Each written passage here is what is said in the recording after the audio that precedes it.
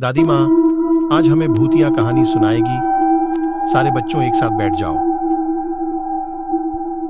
कहानी की शुरुआत राजस्थान के छोट से गांव से होती है।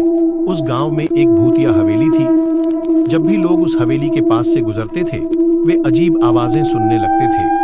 जब भी रात को उस हवेली के पास से कोई गुजरता था उसे वहां से विचित्र स्त्री की भीख मांगने की आवाज सुनाई देती थी।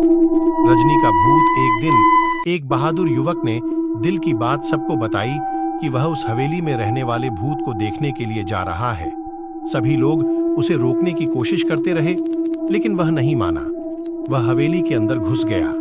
वहां एक विचित्र संस्कृत श्लोक सुनाई देता था जिसका अर्थ था, जो भी इस हवेली में प्रवेश करता है उसका अंत हो जाता है।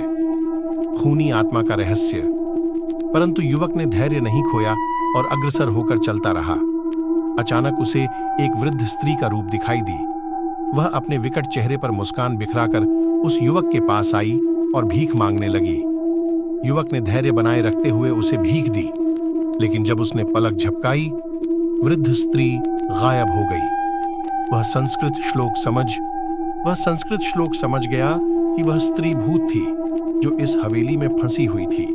उस युवक ने सभी को यह सच्चाई बताई और उस घर को देखभाल के लिए एक मंदिर बनवाया। फिर से उस मकान के पास से कभी भी कोई अजीब आवाज नहीं सुनाई दी और उस भूतिया स्त्री की भीख मांगने की आवाज भी नहीं आई। यहां समाप्त होती है यह भूतिया कहानी। ध्यान रखें, कभी भी अनजाने भूतिया जगहों की ओर न जाएं। वे आप